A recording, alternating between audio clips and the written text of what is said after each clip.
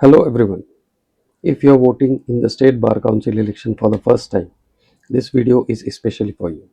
Many young advocates are confused about how the voting works, what is preferential voting, what is single transferable vote, how counting happens, and whether your vote really matters. Today, I will explain everything in simple language. By the end of this video, you will clearly understand the entire system. Now, what are we actually voting for? In the State Bar Council election, you're electing members of the Bar Council of Maharashtra and Goa.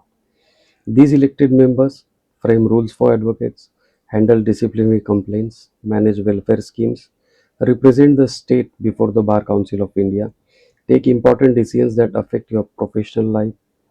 You are not directly electing the chairman, you are electing council members. Later, the elected members choose the chairman and vice chairman among themselves. So your vote directly affects who will control the administration of the legal profession in your state. Now the another question is who can vote? You can vote if your name appears in the final voters list, your verification process is complete, you are not supposed suspended bef- before election day, always check your status. If your verification form is not submitted, you may not be allowed to vote. How do you vote? Voting is usually done by physical ballot paper. On election day, you go to your polling station, you receive a ballot paper. The ballot paper contains names of all candidates. You go inside the voting compartment. You mark your preferences. You fold the ballot and drop it in the ballot box. Now here comes the most important part. You do not take one candidate like in a general election. You use preferential voting system. Now what is preferential voting system? The State Bar Council election follows the single transferable vote system, also called the preferential system. What does that mean? Instead of choosing only one candidate, you rank candidates in order of your preference. You write 1 for your first preference, 2 for your second preference, 3 for your third preference, 4 and so on. You are basically saying, this is my first choice. If he or she does not win, consider my second choice. You can mark as many as preferences as you want. Now, why is this system used? Because there are many seats, usually around 25. There are many candidates, sometimes 100 or more. A simple majority system would not be fair. The preferential system ensures proportional representation. It gives a fair chance to different groups of advocates. Now, let's see how counting works. This is very important. Now, let me explain counting in simple terms. Step 1 is quota is fixed. A candidate must secure a minimum number of votes to get elected. This number is called the quota. The quota is calculated using a formula.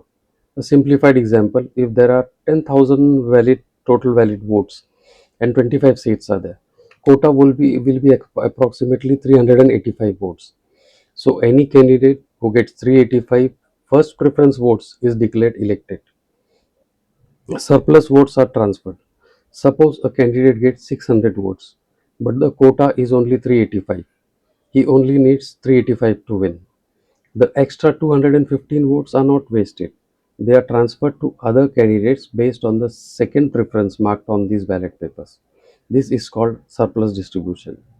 Elimination of lowest candidate. If some candidate do not reach the quota, the candidate with the lowest votes is eliminated.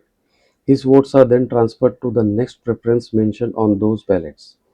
This process continues: election, surplus transfer, elimination, transfer, until all seats are filled. Now, another question is my vote wasted if my candidate loses? Answer is no. That is the beauty of the single transferable vote system.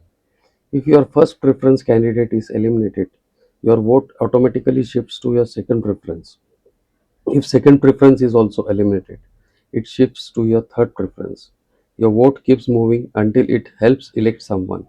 So your vote is rarely wasted if you mark multiple preferences. Now let's see what important mistakes to avoid. Be careful while marking the ballot. Write numbers clearly 1, 2, 3, 4. Use only numbers. Do not repeat the same number.